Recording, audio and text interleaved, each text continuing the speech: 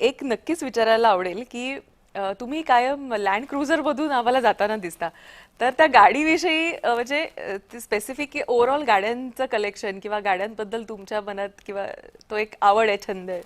नाही, मी आधी एक स्पष्ट सांगतो की अ, उद्योगधंदा सुरू करून मी गाडी घेतलेली आहे. नाही, म्हणजे मी त्याच्याबद्दल जातच नाहीये.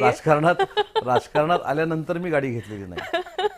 आणि हे सगळं श्रेय मी माझ्या वडिलांना देतो, कारण माझ्या वडिलांनी तुम्ही उद्योगातून राजकारणात आलाय ह्याची उद्योगाकडनं कल्पना मला वाटतं की सगळ्यांनाच आणि आहे. दुसरी महत्त्वाची गोष्ट की ह्याचं सगळं श्रेय मी माझ्या वडिलांना का देतो, तर त्यांनी ज्या स्ट्रगलमधनं बिझनेस सुरू केला आणि त्यांची सुरुवातीपासून ज्यावेळी ते छोटे एक कॉन्ट्रॅक्टर म्हणून काम करायचे, त्यावेळी त्यांची एक इच्छा असायची की माझ्या घरामध्ये विदेशी गाडी असली पाहिजे, माझ्या घरामध्ये चांगली गाडी असली पाहिजे. हे त्यांनी बघितलेलं स्वप्न होतं आणि ते त्यांनी त्यांच्या स्ट्रगलनं पूर्ण करून दाखवलं.